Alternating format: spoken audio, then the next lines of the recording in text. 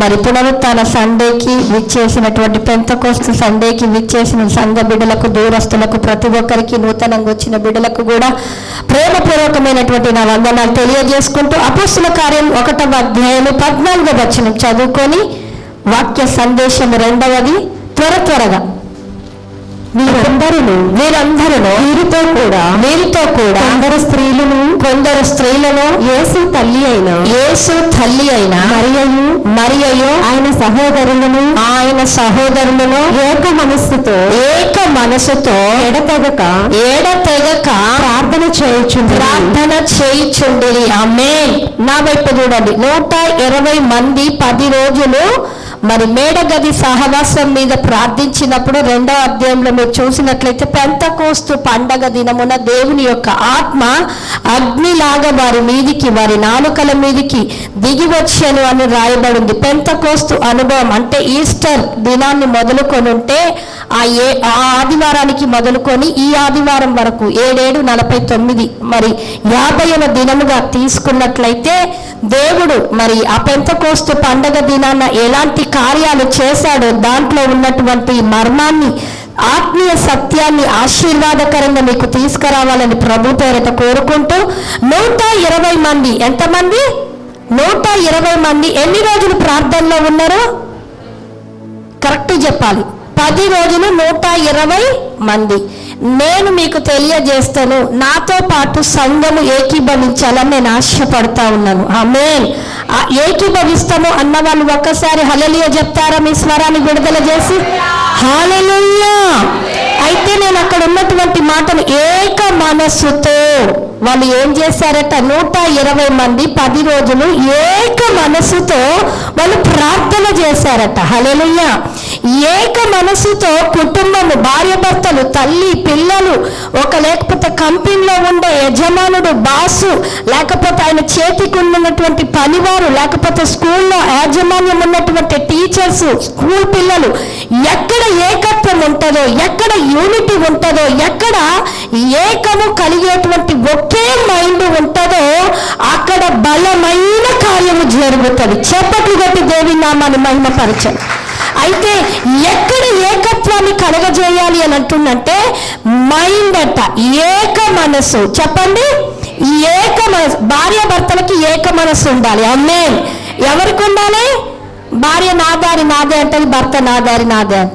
కానీ ఎక్కడ ఎన్ని దారులు ఉన్నా, తినే విషయంలో వేరున్నా, కట్టుకునే వస్త్రాల విషయంలో వేరున్నా, సంపాదన విషయంలో వేరున్నా, ఎన్ని వేరున్నా కుటుంబం నడిపించేటప్పుడు ఆమేన్ భార్య భర్తలు ఏక మనస్సై ఉండాలి. ఆమేన్.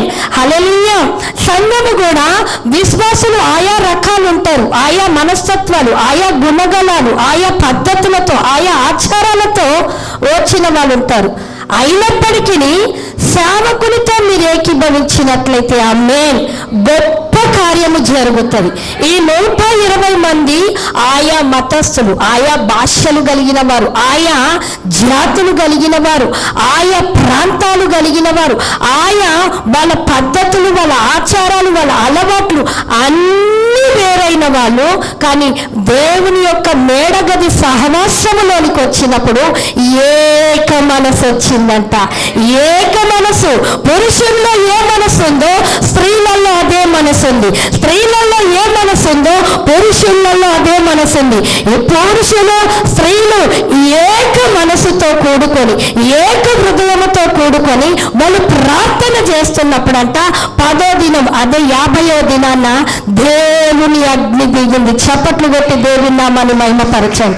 నేనంటాను, స్త్రీలుగా పురుషులుగా మీరు కూడుకున్నప్పుడు మీ ఏకీభావము సేవకురాలితో, సేవకుడితో ఏకీభవించాలి. మీ మనస్సును ఆమేన్ ఏకీభవించి మనము చేసే కార్యములోనికి వెళ్తున్నప్పుడు దేవుడు చేసే గొప్ప కార్యం ఏంటంటే, ఎంతమందికి న్యాయం జరగాలని ఆశపడుతున్నారు? నా కుటుంబంలో నాకు న్యాయం జరగాలి, నా భర్త ద్వారా నాకు న్యాయం జరగాలి, నాకు ఉద్యోగంలో న్యాయం జరగాలి, లేకపోతే నేను ఎక్కడ ఉంటున్నో నాకు అక్కడ న్యాయం చేయాలి. ఎందుకంటే మన దేవుడు ఎవరో తెలుసా? న్యాయము చేసే దేవుడు. ఆమేన్. ఏక మనసు ఎక్కడ ఉంటుందో అక్కడ నీకు న్యాయం జరగబోతుంది. చప్పట్లు కొట్టి దేవుని నామాన్ని మహిమ. నీకు ఏక మనసు ఉన్నప్పుడే ఏం జరుగుతుంది? న్యాయం జరుగుతుంది. ఏక మనస్సుతో నువ్వు ప్రార్థించు, దేవుడు నీకు న్యాయం జరిగించబోతుండు. న్యాయాధిపతుల గ్రంథం 20వ అధ్యాయం 1వ వచనం ఒకసారి చదువుకొని నేను వాక్య సందేశము త్వరగా ముగిచ్చేస్తాను. దేవుడు న్యాయాధిపతుల గ్రంథం 20వ అధ్యాయము ఒకసారి మనం చదువుకొని 20వ అధ్యాయం 1వ వచనం. ఇశ్రాయేలీలందరూ బయలుదేరి దాని మొదలుకొని బెయేర్షెబా వరకును గిలాదు దేశము వరకును వారి సమాజము ఏక మనస్సు కలిగి మిస్పాలో యెహోవా సన్నిధిని కూడెను. హల్లెలూయా. నా వైపు చూడండి. ఇక్కడ ఒక వ్యక్తికి అన్యాయం జరిగింది. ఒక వ్యక్తికి ఏం జరిగింది? అన్యాయం జరిగింది. అన్యాయం జరిగిందని ఆయన ప్రతి దగ్గరికి వెళ్ళి మొరపెట్టుకుంటే నాకు న్యాయం చెయ్యరు అని తెలుసుకొని లేవీ గోత్రానికి చెందినటువంటి లేవీడికి అన్యాయం జరిగింది. భార్యతో వెళ్తా ఉంటే బెయేర్షెబా నుండి గిబియోనుకు వెళ్తా ఉంటే రాత్రి సమయం, అందుకే రాత్రిపూట భార్య భర్తలు ఎంత రాత్రి అంత రాత్రులు ప్రయాణాలు చేయకండి, వాక్యంలో ఉన్నదే బయట జరుగుతుంది. వీళ్ళు రాత్రిపూట ప్రయాణం చేశారు.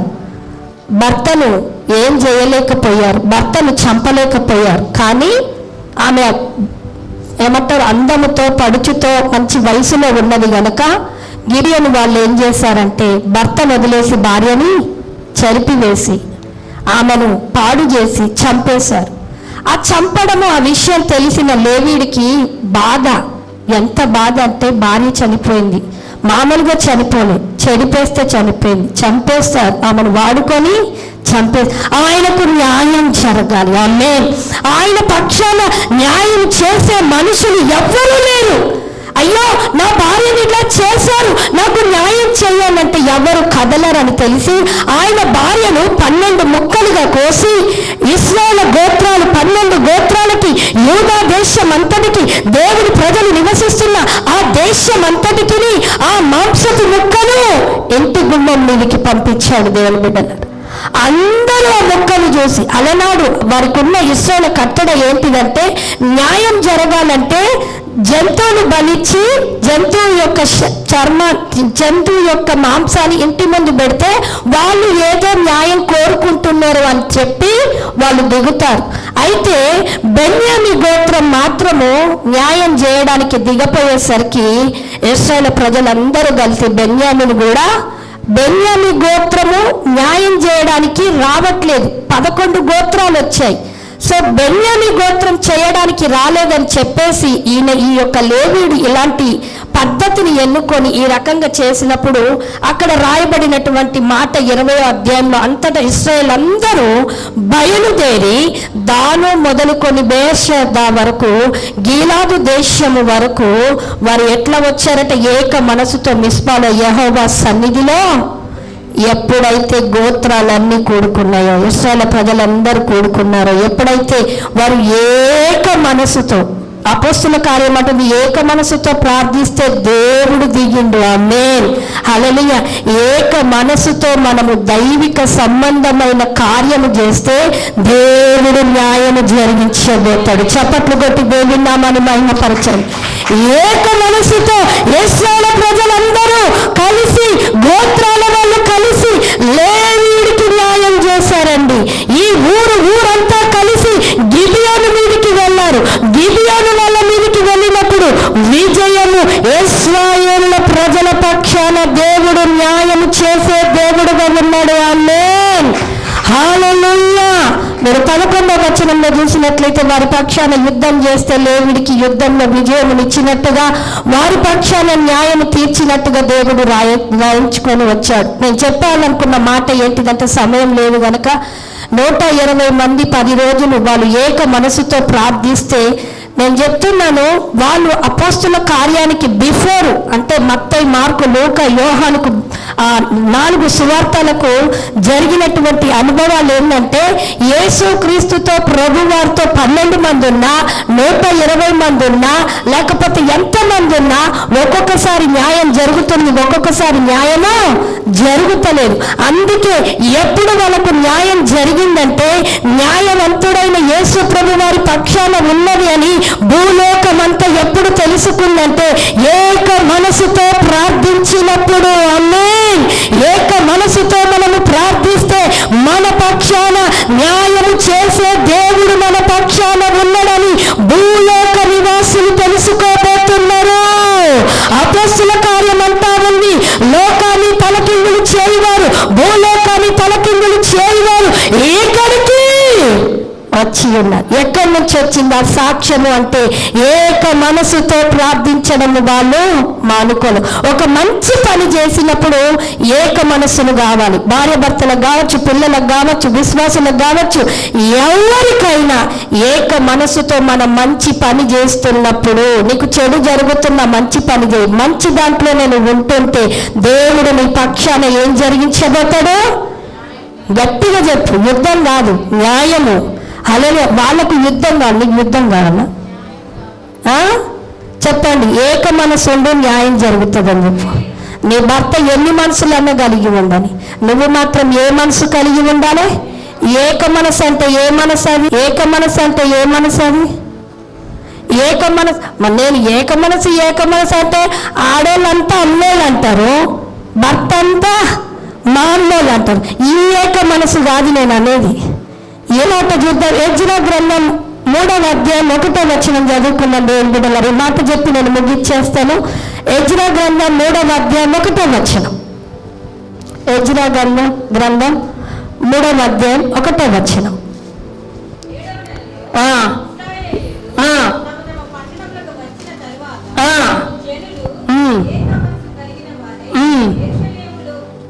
చాలు సిస్టర్.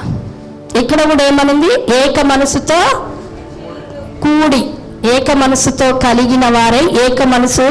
యెరూషలేం దట్ మీనింగ్ సంఘము. ఇక్కడ నేను తీసుకొస్తున్నా. అక్కడ వాళ్ళు యెరూషలేమును కట్టడానికి వాళ్ళు పూనుకున్నటువంటి కార్యాన్ని బట్టి యెజ్రా కాలంలో మరి పాడైపోయినటువంటి మందిరము విషయములో మరి దేవుడు యెజ్రా ఆయన బోధకుడు, ఆయన ధర్మశాస్త్ర పండితుడు అని కూడా చెప్పచ్చు. మరి ఆయన చేస్తున్నటువంటి ఇశ్రాయేలు ప్రజలకు గొప్ప కార్యం నేర్పిస్తున్న మాట ఏంటిదంటే, వాళ్ళు తమ పట్టణములో నుండి ఏక మనసుతో ప్రజల్లో, పట్టణములో ఉండే పురుషులు, స్త్రీలు, పిల్లలు, యవనస్తురాలు, వృద్ధులు సైతము అందరూ ఏక మనసుతో కూడి యెరూషలేముకు వచ్చారు. ఏం చేద్దామని వచ్చారు యెరూషలేము కన్నా? ఇప్పుడు నేను ప్రశ్న అడిగితే మీరు ఏం చెప్పారనుకుంటా. నేను ఏం చేయడానికి వచ్చారు? దేవాలయాన్ని కట్టడానికి వచ్చారు. కొందరే చెప్పగలుగుతున్నారు. అందుకే మీరు ఈ అధ్యాయం 3వ అధ్యాయము లేవియకాండ న్యాయాధిపతులు 20వ అధ్యాయం నేను చెప్పిన ఆ వర్తమానాలు అక్కడ ఉంటాయి కనుక, ఆ సందేశం అక్కడ ఉంటుంది కనుక మీరు మర్చిపోకుండా న్యాయాధిపతుల గ్రంథం 20వ అధ్యాయం చదవండి, 3వ అధ్యాయం చదవండి. అయితే ఇశ్రాయేలు ప్రజలు అందరూ కలిసి ఏకంగా యెరూషలేముకు వచ్చారు. ఏం చేశారు అనంటే, వాళ్ళ పితరులు కట్టినటువంటి బలిపీఠాలు ఎవరైతే పడగొట్టారో, ఎవరైతే దాన్ని నాశనము చేశారో, బలిపీఠాలను గడుతున్నారు. నెంబర్ 1 గుర్తుపెట్టుకోండి. బలిపీఠాలను ఏక మనసుతో బలిపీఠాలు ఊరంతా కలిసి, పట్టణమంతా కలిసి యెరూషలేముకు వచ్చి వాళ్ళు ఏం చేస్తున్నారంటే, యెరూషలేములో ఉన్న బలిపీఠాన్ని సరి చేస్తున్నారు, కడుతున్నారు. మొదటి వాక్యం.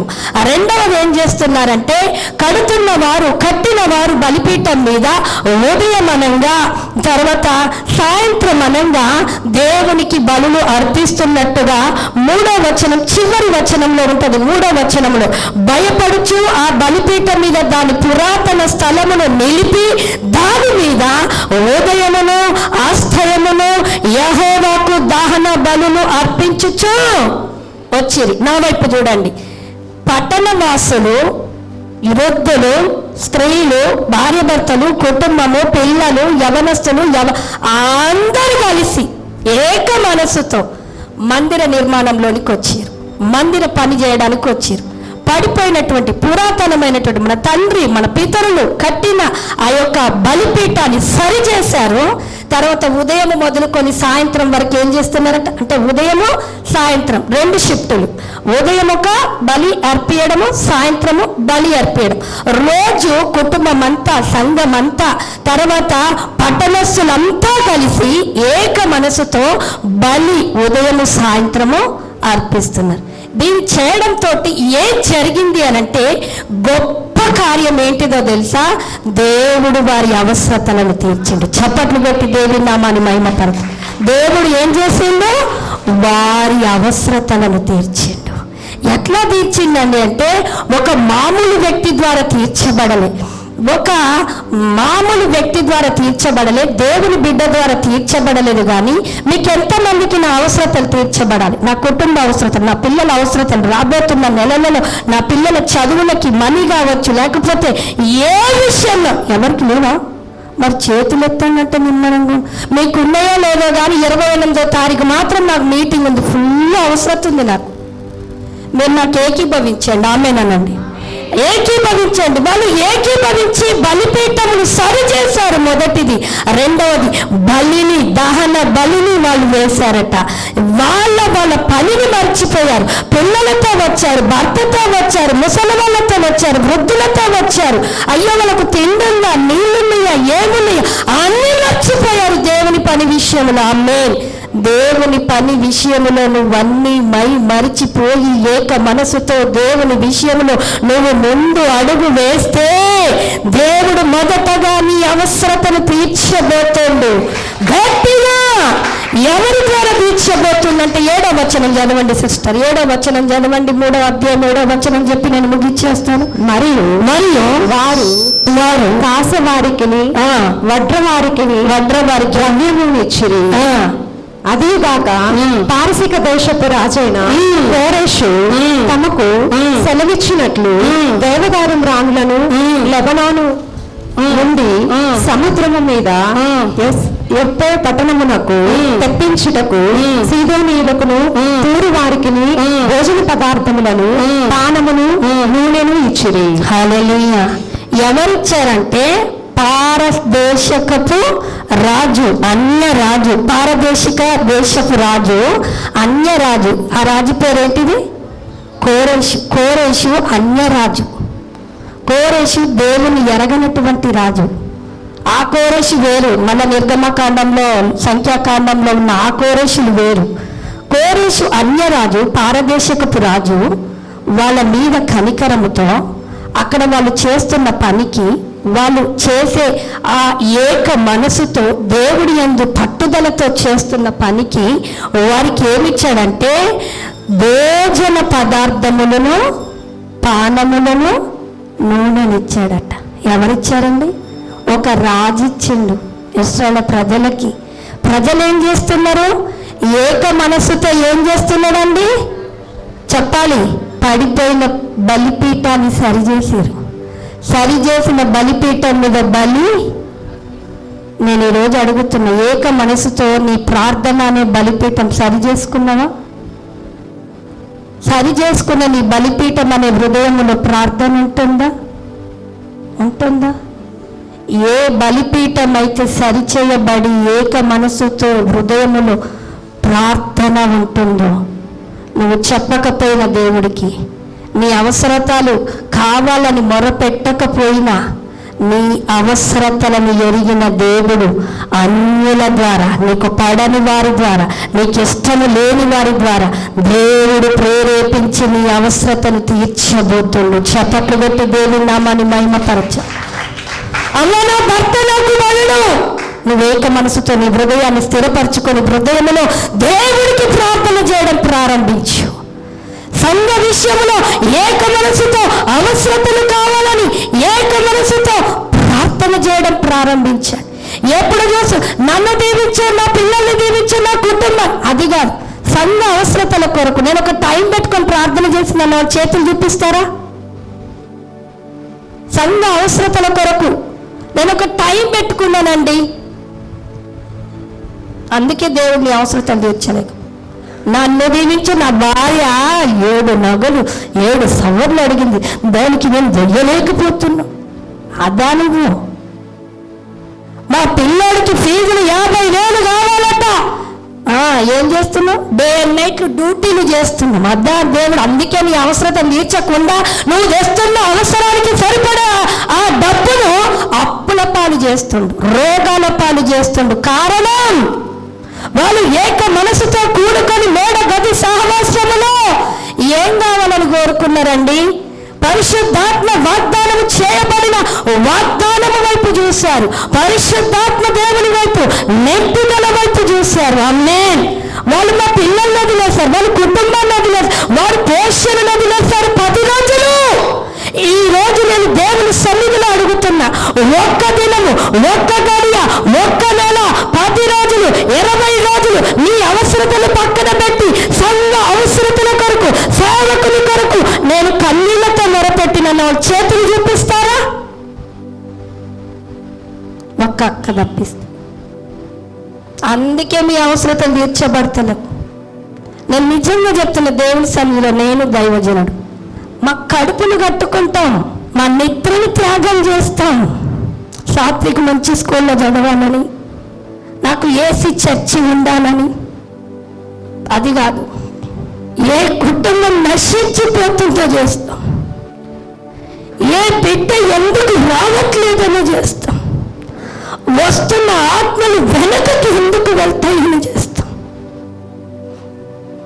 మా కడుపు తినాలనిపిస్తుంది, మా కన్నులు నిద్రపోవాలనిపిస్తుంది. ప్రార్థన, వాళ్ళు బాగలేదు, వీళ్ళు బాగలేదని మేమిద్దరమే ఏకీభవిస్తున్నాం, మేమిద్దరమే మోసుకుంటూ పోతున్నాం. అందుకే ఈ ఉదయకాలం దేవుడు నాతో మాట్లాడు, మీరొక్కరే మోసుకుంటూ పోతే ట్రైన్ ఎన్ని పట్టాల మీద పోతుందో చెప్పండి? 2 పట్టాలు. మేము ఇరువురం ఒక్క పట్ట అవుతున్నాము. ఇంకో పట్ట ఎవరు కావాలో తెలుసా? చెప్పండి, ఎవరు కావాలి? సంఘం కావాలి, సంఘ బిడ్డలు కావాలి. మీ అవసరతలు ఇంకా తీర్చబడకుండా మీరు ఇంకా లేనిలోనికి, ఇంకా అట్టడుగులోనికి వెళ్ళిపోతున్నారు. కారణం ఏందో తెలుసా? సంఘాన్ని నెగ్లెక్ట్ చేయడం. ఈ రోజు నేను రాకపోతే వచ్చే వారం వెళ్దామన్న నెగ్లెక్ట్ ఉందా మీకు? ఈ రోజు నేను సంపాదిస్తున్న సంపాదనతో నాకున్న అవసరతలన్నీ తీర్చుకుంటాను అనుకుంటావు, కానీ సాతాను రెడీగా నీ సంపాదన మీద, నీ ఆరోగ్యం మీద దెబ్బ కొడుతూనే అయినా మనం గ్రహించాం. ఆరాధనలు ఎగ్గొట్టి ఎన్ని సంపాదిస్తాం, ఆరాధనలు పక్కన పెట్టి ఎన్ని రోజులు మనం మందిరానికి రాకుండా ఇంట్లో ఉంటున్నాం. ఒక్కసారి ఆలోచించండి. ఏక మనసుతో మందిరం మీద, ఏక మనసుతో ఇశ్రాయేలు ప్రజలు, వాళ్ళకి ఏం అవసరం అండి? మందిరాన్ని కట్టడానికి, బలిపీఠం కట్టడానికి. వాళ్ళు అనుకుంటున్నారు పురుషులంతా కూడుకున్నారో స్త్రీలంతా కూడుకున్నారో నాకు తెలియదు, నేను ఇంకా దాని లోతుల్లోనికి వెళ్ళాలి. ఉదయం బలి అర్పిస్తున్నారట, రాత్రి బలి అర్పి. వాళ్ళ పిల్లలు లేదా, భార్య లేదా, భర్త లేదా, కుటుంబం లేదా? ఉన్నది. అయినా దేవుని వాక్యము, దేవుని మందిరాన్ని, దేవుని ప్రేమిస్తున్నారు కనుకనే వాళ్ళ కడుపును మార్చుకున్నారు. వారికి నీళ్ళు లేకపోయినా, ఆహారం లేకపోయినా, పిల్లలు ఏడుస్తున్నా, కుటుంబం ఒక రకంగా ఉన్నా ఉదయకాలం లేచి బలిని అర్పించడం మొదలు పెడుతున్నారు, రాత్రి బలి అర్పించడం మొదలు పెడుతున్నారు. ఒక అన్య రాజుకు తెలిసిందండి, ఒక అన్య రాజు చూశాడు యెరూషలేములో గొప్ప కార్యము జరుగుతుంటే. మన దేవుడు రాజులకు రాజు, ఒక భూలోక రాజు మనసును ప్రేరేపించి వారికి కావలసిన కొన్ని ఓడలో నుండి తెప్పించాడండి. భోజన పదార్థాలు కావలసినవి, నూనె, నీళ్లు సమృద్ధిగా అందించాడట. పట్టణం వారు చేసిన పనికి, ఇశ్రాయేలు ప్రజలు ఏక మనసుతో చేసిన పనికి.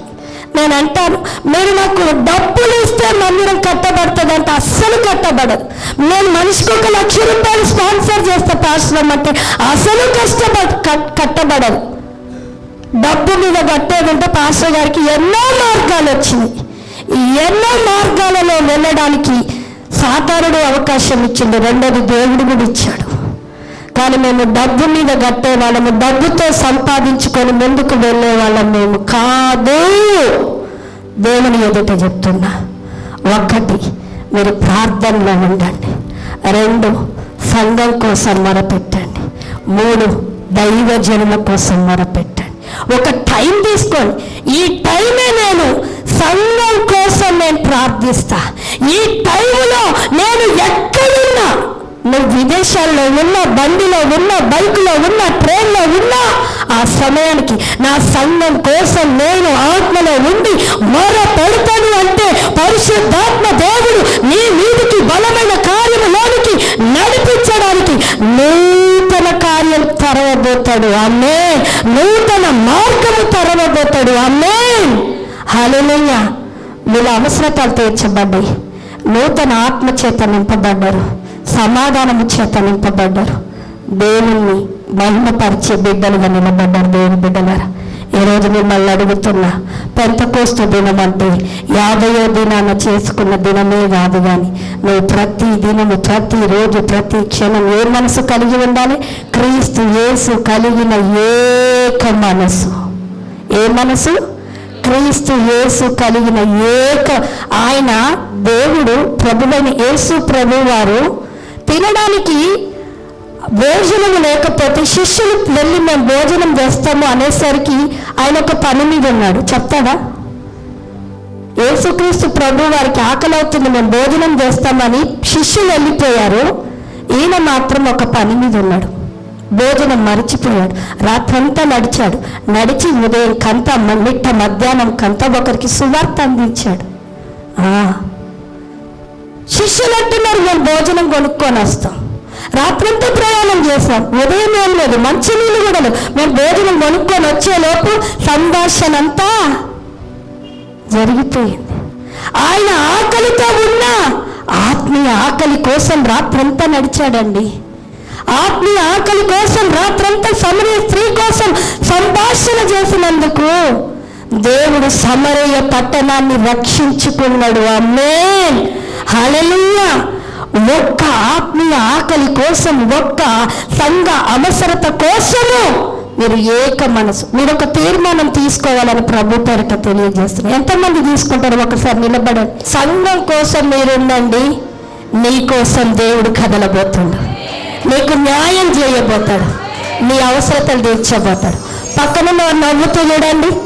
ఇప్పటిదాకా మిమ్మల్ని నేర్పించిన నవ్వుతూ చూడు.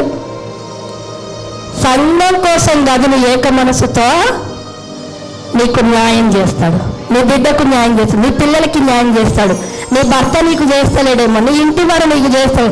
దేవుడు న్యాయం చేసే దేవుడు. దేవుడు న్యాయాధిపతి. యోబు చెట్టు కింద ఉన్నాడు. శరీరం బాగలేదు, ఆరోగ్యం లేదు, వస్త్రాలు లేవు, తిండి లేదు. ఆయన అంటున్నాడు, దేవుడు అన్యాయము చేయుట 1 రోజు కాదు, 2 రోజులు కాదు, 3 రోజులు, 7 సంవత్సరాలు చెట్టు కింద ఉన్నాడు. 7 సంవత్సరాలు అన్యాయముగా అన్యాయముతో ఉన్నాడు. అన్యాయము చేశాడు. న్యాయము లేదు అని ఎంత హేళన చేసినా అన్నీ భరించాడు. వస్త్రాలు లేవండి, తిండి లేదు, నిద్ర లేదు, ఆరోగ్యం లేదు, కట్టుకున్న భార్య సహకారం లేదు, కళ్ళ నుండి చూస్తున్న కన్నవారు లేరు, ఎవరు లేరు. 7 సంవత్సరాలు దేవుడితోనే, ఏక మనసుతోనే దేవుని చెట్టు కింద ఆరాధించాడండి. అందుకే చెట్టంత దేవుడు ఆశీర్వాదముతో నింపాడు. హల్లెలూయా.